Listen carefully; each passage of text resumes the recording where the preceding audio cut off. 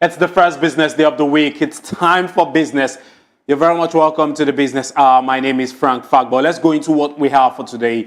Setting your financial goal. That's really fundamental. Knowing fully well that this is the second week in January of 2025. A lot of people are thinking about how to make sure they start on a good note as regards to their finances and meet up with their financial goals. And you sure know that will bring you industry leaders. And joining me right now is Clement Oladipupo, who's a financial coach and the CEO of LifePage. You're very much welcome to the Business Hour, Clement Oladipupo. Thank you for having me. Such a joy to be back after the last heat. Yeah. We had some technical glitch last week, and that's why we said, let's have a retake of what we were supposed to have last week.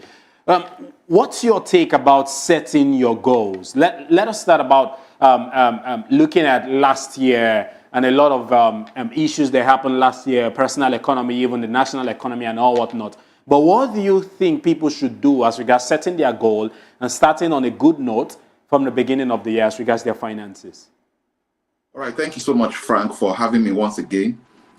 Truth be told, there's very little each and every one of us can do about the national economy, but there's a whole lot we can do about our personal and family economy.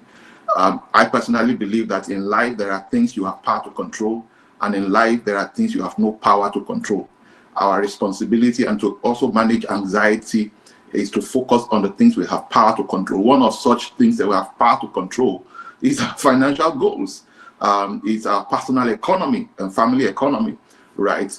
And so in order to achieve your financial goals for the year, just like setting any other goal, there are two broad concepts when it comes to subject of setting goals, whether be it financial goal, business goal, academic goals, career goals, right? The first concept is the SMART way of setting goals, which spells S-M-A-R-T.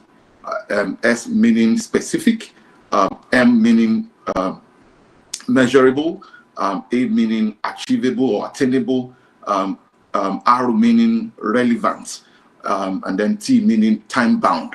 All right. So your goal has to, that's the criteria for setting SMART goals. The other concept which I stumbled on about 10 years ago, just through meditation, is a seductive way of setting goal. And that, in my opinion, is one of the ways by which you can set goals that will pull you into a position where you perform. There are goals you set that do not, elicit any emotion, any passion. It elicits no impetus whatsoever. But there are goals that when you write down, there are a lot of things that are tied to achieving this goal, and there are gross consequences if you fail to achieve such goals. And that is also that's going to be my talking point on today's show. But I don't know if you have further questions you want to ask. What are some of the common mistakes people make when setting their financial goals? And how do you think they can avoid those mistakes? Fantastic question. Very good question. One of the mistakes people make is setting goals based on what other people expect of them. I personally believe that any goal that you set, be it financial or otherwise, that has no consequence for action or inaction, that goal is bound. That goal certainly will not come to fruition. All right. So I have this concept I call seductive goal setting. So you must ask two important questions to really address to resolve this issue and this mistake most people make.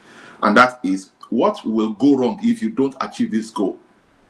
What will go wrong if you don't achieve this financial goal? Number two is, what will go right if you achieve it? All right. You see, as human beings, we are motivated by pain or by pleasure. We are either running away from something or running towards something. So it's important to be clear as to what will go wrong. So when you are setting a financial goal, it makes no sense to set a financial goal you don't even believe in. It makes no sense to set a financial goal that whether or not you achieve it, nothing will go wrong. I remember about 7 years ago, I was in a goal scoring masterclass hosted by a very dear friend of mine, and in that class, he randomly selected one or two people to ask if they achieved their goal the previous years. And a particular woman who should be a mid-40s at the time, said she didn't achieve a goal. And then my friend asked her and said, okay, so can you tell me exactly what that goal was, financial goal in this case? And she said she wanted to earn 5 million naira. I said, okay, so why didn't you make 5 million naira? That's the previous year. And the lady said she did her best, just like most people will explain. You manufacture excuses to explain away your poor performance. That's right. And so this lady made a statement. Also, rather, my friend made a statement I would never forget. My friend started to ask her, are you married? She said yes. Does your husband pay the bills, foot all the bills? She said yes.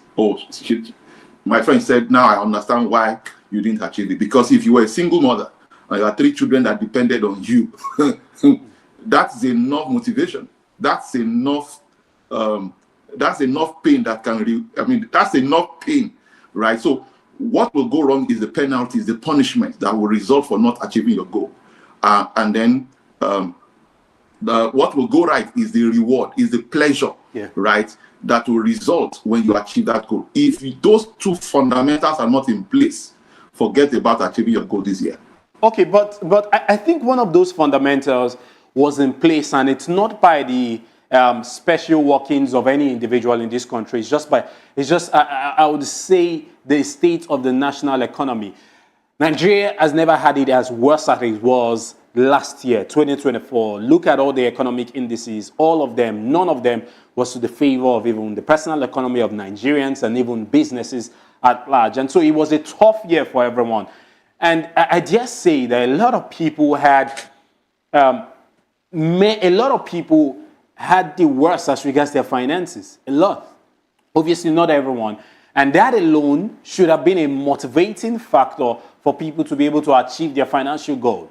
But if you look at, if we do an analysis and you take a look at people, you see that many people were not able to meet up with their financial obligations, let alone their goals. And why is that the case? Despite the fact that we had lots of constraints and reasons to be able to achieve the goals. All right, thank you very much. I dare say also that what brought you and I to this point can't take us further. Yeah. Tough times never last. It's tough people would do.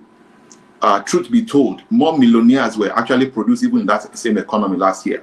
Now, I'm not trying to justify the harshness of the economy. You see, each time I have opportunity to coach, mentor my clients or mentor some of my mentees, one of the things I try to focus on is not the factors they don't have power to control. And that's always where I go back to.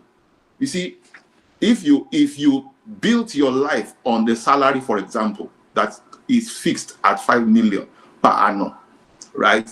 It does not matter what you want to say, because the same challenges, the same increased costs. I'm not in denial of the inflation, the hyperinflation we experienced or that we have been experiencing, right? Because income did not rise proportionately to the increase in costs. Those are factors we don't all control. The exchange rate issues and all of that. So I'm not going to dabble into that. That is not power. That's not factors that we have control over. So if for any reason you earn a salary of 5 million a year, right? Which, there are not many Nigerians actually fall in that bracket, right? Very few Nigerians fall in that bracket and above, right? It's vast majority. In fact, research shows 75% of Nigerians earn less than 100,000 naira a month. Okay, so, and that is ridiculous under the economic circumstances. So that tells you that your salary, your take home, no longer takes you home anymore. And that means the need for a lot of adjustments. There's a need for mindset adjustments. Now, that's why I said what brought you here can't take you further. So it means you need new skills. It means you need new opportunities. It means you need platforms. And then if you are a business, it means that you need to reinvent, right? You need to reinvent. You need to reorganize. All right. So those are factors that I believe that we have power to control. But you see, people want to remain who they've always been and expect a superior result. It doesn't work that way. We have to change for things to change, right? And so whether you are even in a more buoyant economy, the reality still remains that you can't get what you can't give what you don't have. And until you have something valuable to exchange for money, then forget about income. Okay, how can individuals, we need to get a fine balance between surviving now and also preparing for the future. It's the balance between now. And as a matter of fact, I dare say that the only thing that is guaranteed is now. We can't even tell what's going to happen in the future. You're not guaranteed of the future. And so you only have now. So how can individuals balance short-term financial needs with long-term goals? Remember that some people, you have to save for retirement. You have to also, if you have a daily employment, you also have to prepare. Some people who are trying to build their side hustle or create a business. There are lots of balances. How do you create that balance? So what I recommend, I have 4 simple steps. I mean, there are different and there are different, it's a different ball game also for entrepreneurs. But what I want to share right now applies more to entrepreneurs. And the reason why this is so important to me and dear to my heart is because entrepreneurs are the economic growth. And in order for anybody who is being paid the salary, somebody to make for that obligation to be fulfilled. And so if entrepreneurs are fulfilling or the economic goal, it will spiral, it will dovetail to a revenue upgrade you want to make this year. Looking at if you intend to double salaries, for example, for your staff as an entrepreneur, you want to improve their welfare this year. How much money do you want to make? If you look at your debt profile, as a business or as an individual, you want to look at how much you owe. Now, this is extremely important. So how much money do you want to make? And my recommendation is always to use this simple framework. List out your obligations and list out your aspirations. Your obligations essentially are the things that will go wrong if you don't fulfill them, right? And then your aspirations are the things that will get better or will bring some degree of comfort. So that is my ideology for setting your how much income or how much revenue you want to generate as an entrepreneur, as a business owner. Again, this is extremely important. List out your aspirations and obligations in monetary terms, then add it all up. It gives you a sense of how much money you need to make within a single year. Now, I totally agree with you. Many things change. You can't plan for so long in an unpredictable economy where policy is not stable. What is now may change tomorrow, and that can destabilize you. So you have to be flexible, you have to be fluid, even in your planning and your preparations and all of that. And so that is also very critical. So the second thing you need to begin to ask yourself as an entrepreneur is, how much sale or value am I going to give in exchange for this income or revenue that we want to produce as a business, as a person? All right. So that has to also then products, because products don't buy products, they buy the product offers, they buy the problem the solves for them. So products are essentially layers of solution, layers of value. All right, so you want to make sure that you clarify how many units of that product will give you that level of sale that will fetch you that next level of income. Then you get back to who need what you are selling. So you may have been selling to certain categories of people before, and that cannot cover your bills and can't cover the goals that are before you. So you have to change strategy, you have to change markets, right? So one of the 2 things that we have learned over the years in business, which most business owners, I have made that mistake in the past, and I shared that a lot with entrepreneurs. One of the biggest mistakes you can ever make in business is to create a product and then start looking for customers, right? You have to actually find the market and then create a product that meets their particular need. Until that is done, once there's an market and product, forget about it, because who is what people, primarily in the business people, regardless of the industry. You also have to be clear about customer and who your consumer are.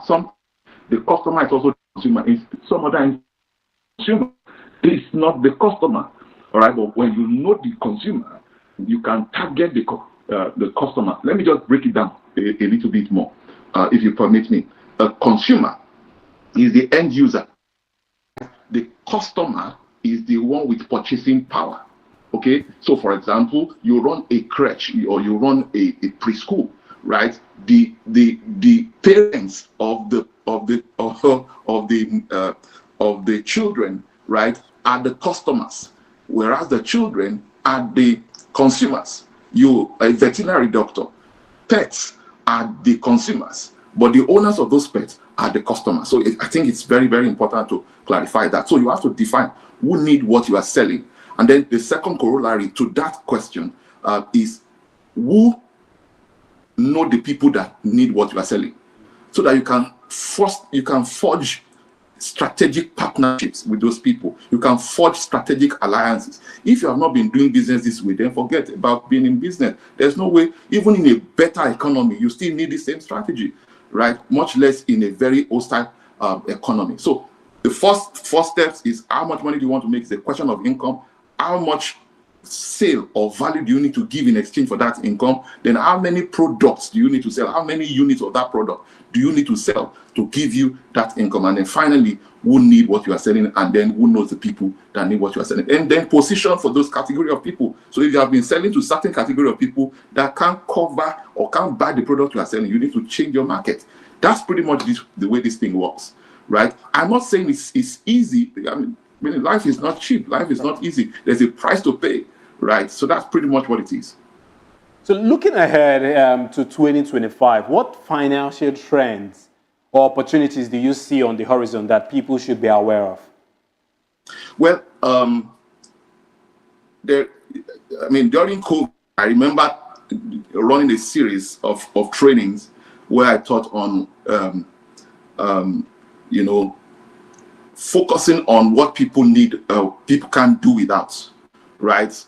So it is the responsibility of every individual, both career people, career professionals, and entrepreneurs. It's time to start focusing on markets that are in high demand. And I give you just 3 markets, right? In any economy, buoyant, bullish, or bearish markets. These 3 markets are always in hot demand. Okay, number 1 is the wealth market. The wealth market. So anything that is helping people make money, save money, protect money, and all of those things. I don't want to mention specific industries. That market is extremely crucial. The second market is the health market, right? Health is wealth, anytime, any day. Anything that helps people cure their diseases or prevent it, right? It's a huge market, or diagnosis and all of those things. Big market, massive market. So even if it is not your area of industry, you can collaborate with people who are playing in those markets. That is a smart way of operating in this season right now. And then the third market is a relationship market. Anything that is helping people in balancing their emotions. Because see, when there's financial pressure, people misbehave. Mental and emotional health issue results. Marital crisis begin to, people begin to misbehave in their relationships and all of that. Children can go wayward.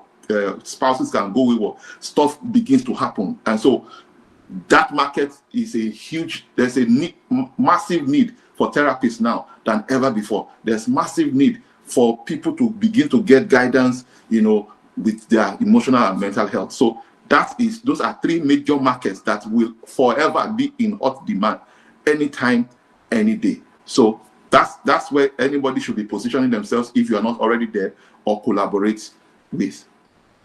All right. If you go to the gym right now, just pick any gym of your choice and you go there, you see how packed the gym is going to be, especially one of their hottest season, their own dirty December kind of moment is in January. I love Gym January. It's one of their hottest season. And the reason for that is people have their goals in January. Everybody's super pumped. They're trying to achieve it. But as the year unfolds, you see a lot of people giving up on their goals and giving up on their dreams. Now, what are how can people stay accountable and track their progress towards their financial goals throughout the year? Because Generally, yes, you can have a financial goal, but can you track it? Can you stay accountable? And what should people do to be able to track their goals? All right. Clearly, it was cracking a bit, but clearly what you're simply asking is how do people ensure consistency with their goals? How do they ensure that they are and they follow through on their goals? If that's what you are really asking, okay? Yeah, absolutely. Okay, good. So if that's what you're asking, it's no brainer, right? A lot of times when the new year begins, people come up with New Year resolutions and all of that. Like I just said, when there's nothing at stake, when you are setting a particular goal, truth be told, the ability to follow through, the discipline to follow through, all right? So if you tell someone, sorry, you are overweight or you have high pressure, you need to do this and you need to do that. If you do this, you have to want to leave. Who have at stake. You tell someone that you don't do this or make this financial goal, you be giving it keys, your children will be sent away from school. There's a level of discipline that comes perform. People manufacture this because it's really at stake. There's something at stake. Every option, every make it legitimate, right? To show up, you become unusually creative. Different ideas begin to occur to you. You begin to recognize opportunities, platforms, places, people that will facilitate the realization of that dream. All right, and that's pretty much one of the things. The other thing that can also help significantly is also having accountability partner. People will share your dream. People will share your goals. Right. People also go in the same direction as yourself. Right. That creates positive peer pressure. All right. So you look at all of that. Those that will keep you on track and then keep you focused. All right. On the final notes now, what are some of the common myths and misconceptions that people financial myth and misconceptions that people should be aware of? Growing up, you hear statements like money does not go on trees, all this it's bad to be rich, or tax the rich, or the rich people are evil and all whatnot. What are some of the myths and misconceptions, especially in Nigeria, that people should be aware of just to guard their financial sanity? All right, so I need to understand anything that has not people in the past can't help you now. Anything? I didn't get that, please. Belief that where we were preconditioned for scarcity, right? We're preconditioned for scarcity, we're preconditioned with fear and prosperity, fear and wealth don't go hand in hand, right? Low self-esteem and wealth don't go hand in hand. You need a mental reordering, mental re-engineering. Where I usually give this illustration in some of the presentation I give. See the way life is, and everybody must bear this in mind. Life is like an ocean with unlimited opportunities. Your container is what determines what you draw from it. Now, your container in this case is a metaphor for your mind. What you draw out of life is the bandwidth, the size, and the width and the depth of your container, of your mind. So you need enlargement, and the way to do that is through reading, all right, getting information, surrounding yourself with people who will challenge your thinking, right? Go into environments that will spur your ability to imagine wild dreams, right? So if you grow up and remain in an environment that talks small, that limits you, everything talk big, they say you are too ambitious, they tell you arrogant. If those are the type of people you are still moving with and those are the people you associate with, forget about fulfilling your dream. So you have to deal with money. Don't go on dream. Money goes even from unusual places, right? But you have to think it. If it's not within, forget it. You will never possess it without. Well, who's the CEO of LifePage and a seasoned financial coach. Thank you very much for coming to the Business Hour. It's been a great conversation, and hopefully we're able to hit our financial goal in the millions and the millions and the millions of dollars. Thank you very much for coming to the Business Hour. Thank you for having me. Bye. We'll be right back. When we come back, we're definitely going to be going to the next segment of the show. We have a guest joining us to come address some issues, some macro issues. And when we come back, we're definitely going to have that conversation. This is still the Business Hour on Voice of the People Television. We'll be right back.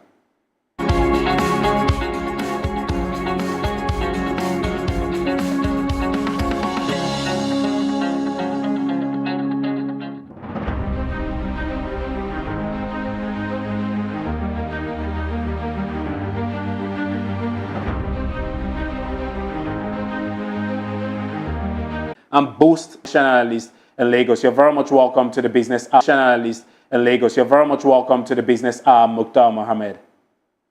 Thank you for having me, Frank. Mukhtar Mohammed. Thank you for having me, Frank. My pleasure to be on your program on this beautiful Monday morning.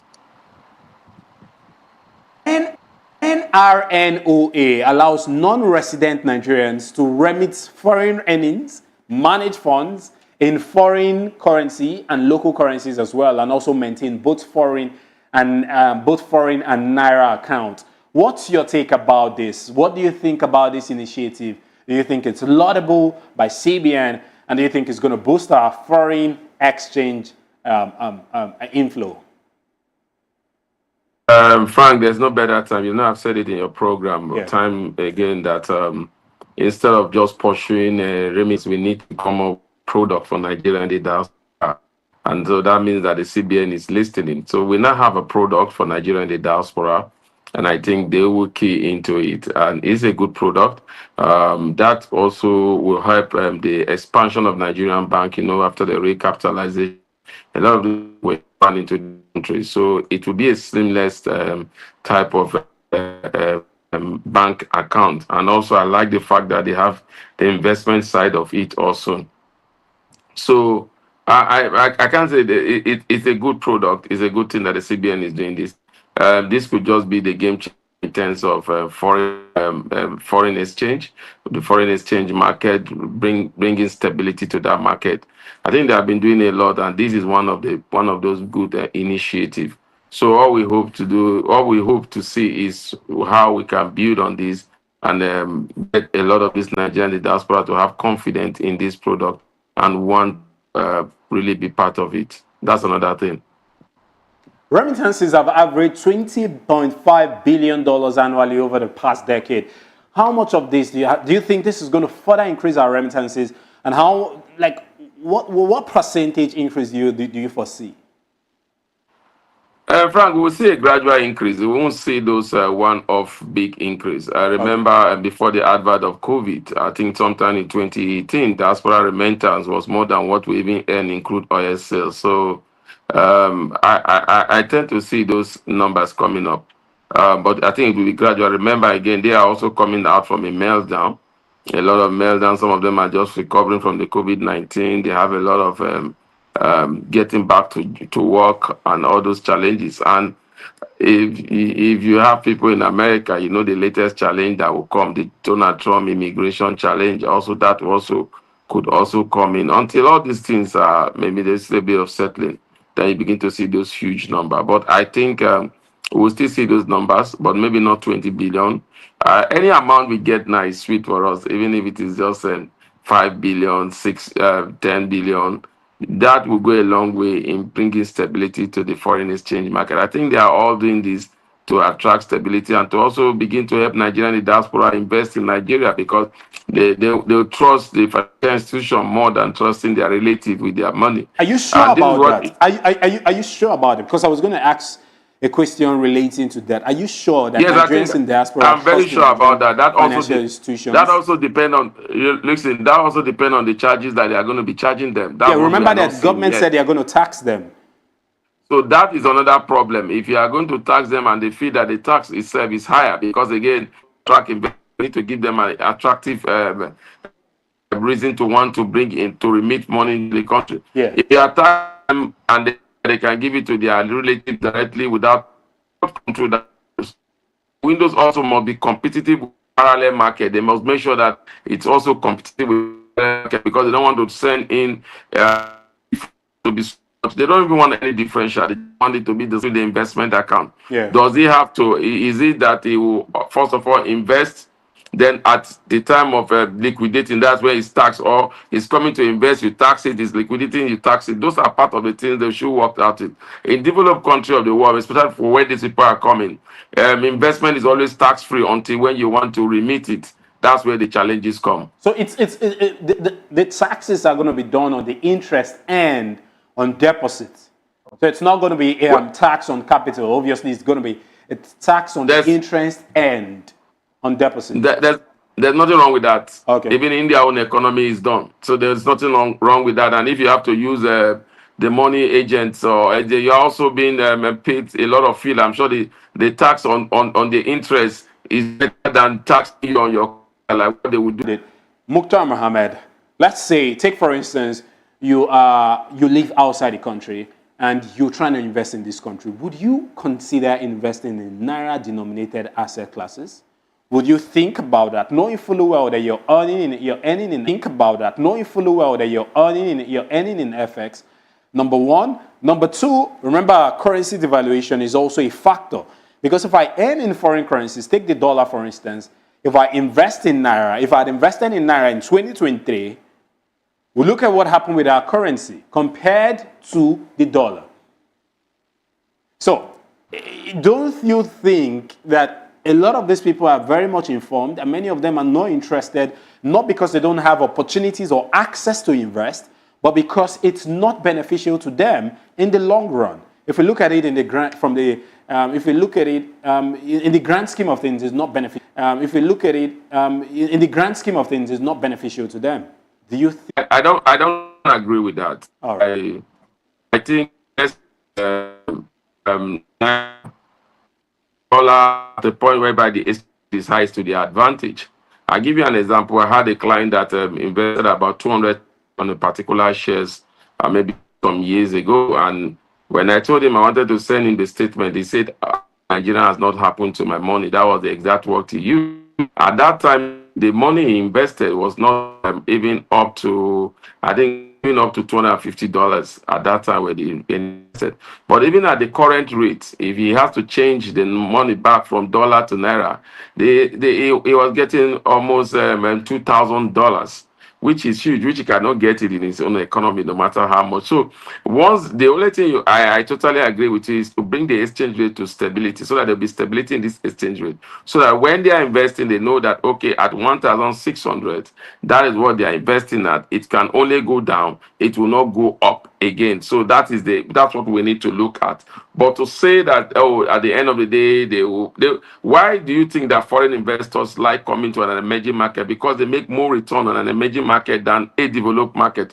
So I totally think it's all boiled down to education, where the investment officer returns in places like those in America and others. It's less than 4% or 5% per annum. Absolutely. And there you need to look at their what they call it, their inflation is less than 2%, so they are gaining 2%. When they're investing in Nigeria, already the exchange rate has even given them an advantage in terms of percentage that has even beat. If they are borrowing at 2%, we are borrowing at 23%, and even if they have to make even 10% from here, outside even inflationary pressure of 2%, they have made so much. So I think it all depends on who is advising them, who is their investment advisor, what is it telling them, and also looking at the numbers. Investment is all about the numbers. Yes, for you to live, then the way challenge is, can they be able to convert that money back to dollar? That is where we have a challenge for a while. But again, the CBN has been able to create that two-way exchange system now, whereby you are able to come in and exit. So I don't think it should be a major problem for them. If they really want to invest in Nigeria, they will need to be educated, and also they will know that that's why the emerging market is one of the strongest market in the world. Unfortunately, Nigeria is one of the strongest market in terms of capital appreciation. Even just looking at our Eurobond alone, you see the return that they get in our Eurobond. They cannot get it in any other place. So I personally think that they need to look at it carefully, and it's to the advantage, because again, you are investing in most of them. When they are investing in Nigeria, they are investing for the future. They are investing because they want to come and stay in Nigeria sometime in their life. They realize that they cannot stay in that place forever. They don't want to change the Naira to dollar and at the same time bring the dollar back to Naira, because they are also thinking of investment. That's what I think. So what are the risks involved? And What are the potential risks or drawbacks associated with these accounts? And what do you think the CBN can do to mitigate this risk? Because I think the risk, there has to be the some number risk. the number one risk will have to do with return in terms of return on investment. One, which I think because of that stability in the, like I said, so that will affect their return on investment. That's the number one risk that they will deal with. Number two, the other risk they have to deal with is in the area of remittance. If I mean seamless remittance, maybe that's where the CBN need to come up with technology to see how they can handle that. And the other risks are going to have to do with the exchange rate. We've said they are coming in at what rate. They are not going to be seeing it at 2,000 or 1,000. Those for me, those are the major risks in terms of integrity, transparency through the banking sector, being monitored by the CBN. Yeah. I don't think that would be a problem. So What for me, I asset think the classes do major you think- risk is all about the returns. What asset classes do you foresee? What are the options of investment for a lot of these guys? Do you think real estate? Are we looking at fixed income? Equities markets, very, very volatile, but then anything can happen. But I are you think looking- most of them will look at the investment in those three areas: the equity market, Okay. the foreign equity market. They look at the fixed income space, and they look at also Real estate. real estate. But I think most of them, if you go by what they say, they like risk-free investment. So most of them will be doing the fixed income space. That's what they will be doing mostly. But some of them also love the equity market, especially with the expansion of the Nigerian banks, with the roadshow the Nigerian bank has done. Remember that the Nigerian banks at the moment are doing recapitalization.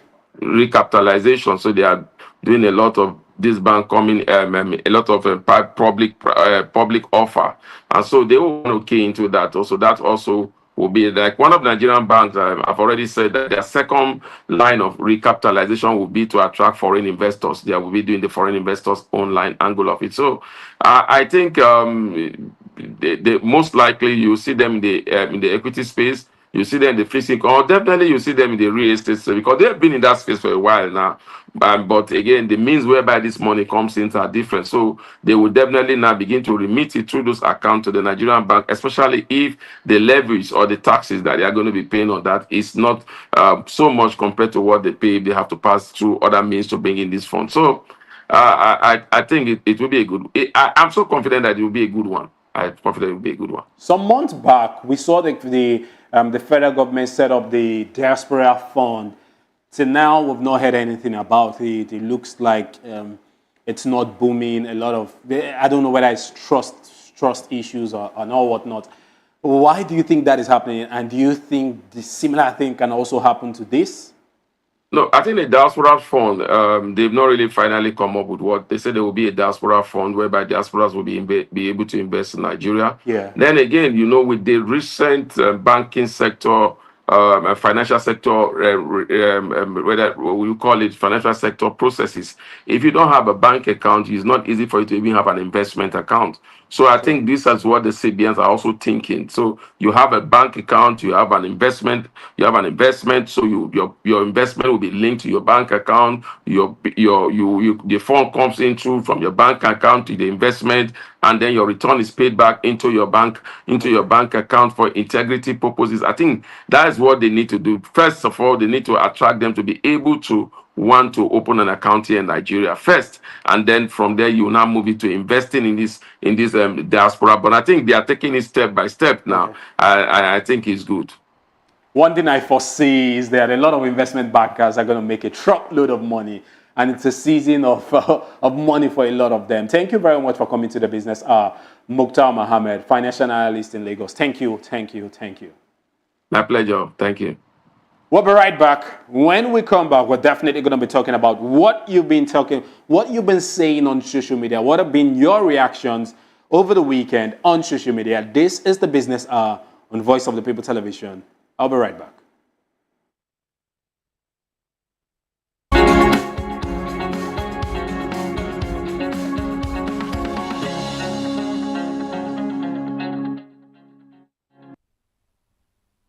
From the views on the street, we go to bed empty hunger, to the blaring horns of a hustling city. The loudest voices of the common man got a medium to be heard. This particular administration, they were coming unprepared. It's not a bad thing to renovate the president's lodge. Through top-notch programming, unbiased reportage of news, sports, business, entertainment, and cultural documentaries, Voice of the People 90.3 FM became a symbol for 21st century media. And now, a new baby is born. Voice of the People Television, VOP TV, youthful, full of vigor and penchant for excellence in the continent's media space, exposing the wrongs, applauding the rights, dissecting the news without fear or favor, through factual and accurate stories and contents. Corruption kills three things that makes a society. Representing the interests of the people and giving them a voice. Voice of the People TV is here to stay towards building a fair towards building a fair society. VOP TV, Voice of the People Television, truly a voice for the people.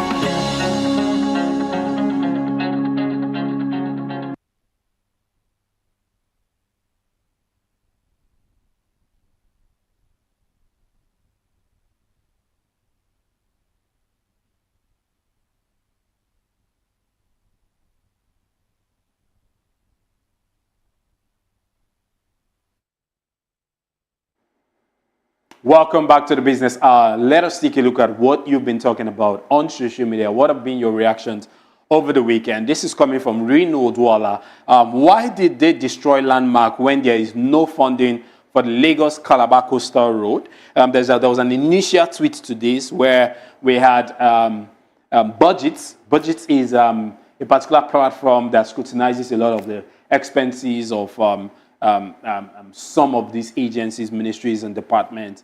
That's why she is referring to that why did they destroy landmark when there's no funding for the Lagos-Calabar Coastal Road in the 2025 budget? And here you go. The answer is in those 30 December Eco-Atlantic numbers. Nigeria is a permanent crime scene. Now we know why all those celebrities were showing up. Anyways, let's take a look at some other reactions also coming in from social media as well. Tweet at us at VOP TV Live and use the hashtag #TheBusinessHour. Oh, some fire incidences, remember, over the weekend in California.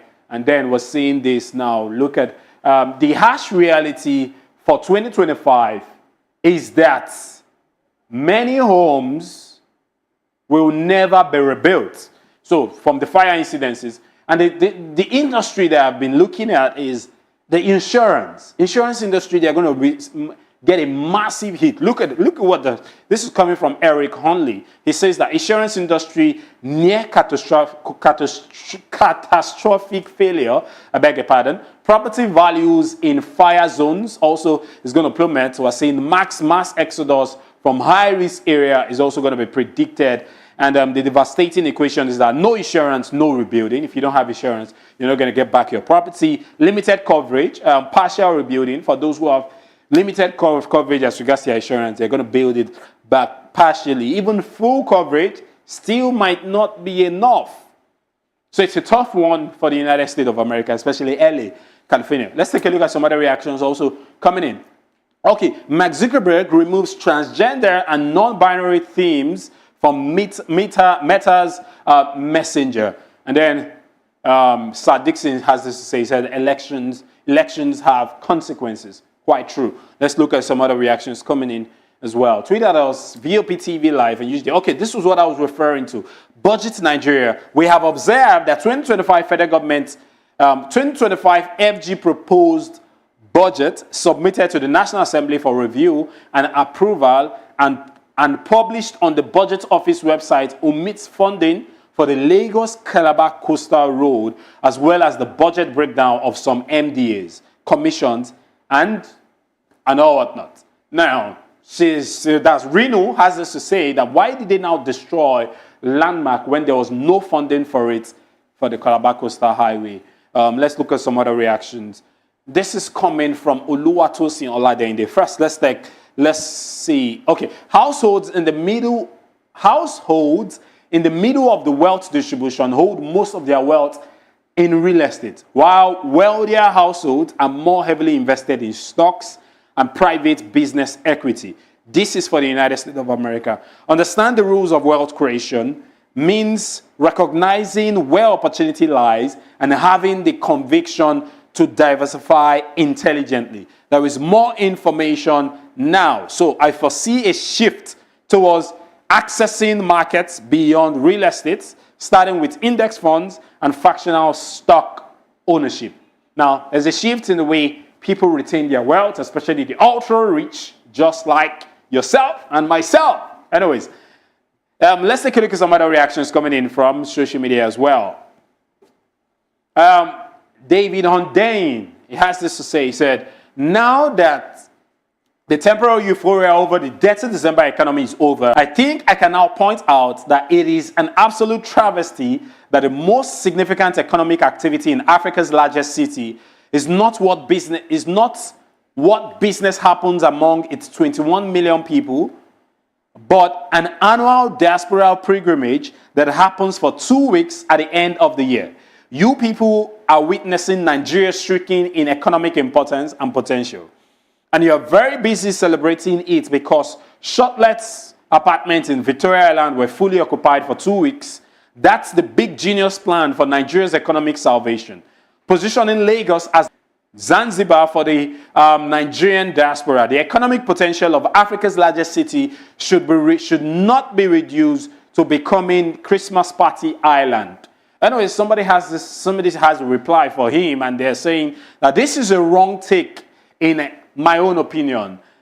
This just shows us the power of the tourism sector, and a lot of countries run on this. Dubai is an example. Anyways, two truths can also be there. Two truths can stand hand in hand, and that gives us an insight as to what you've been talking about on social media. Let's see what the price of Bitcoin is, what is happening in the market, and let's see what the price of the Naira to the dollar before I leave the business hour on Voice of the People Television. Look at that. Bitcoin sitting comfortably at the 94,452 level. 0.13% decline in the market. We're seeing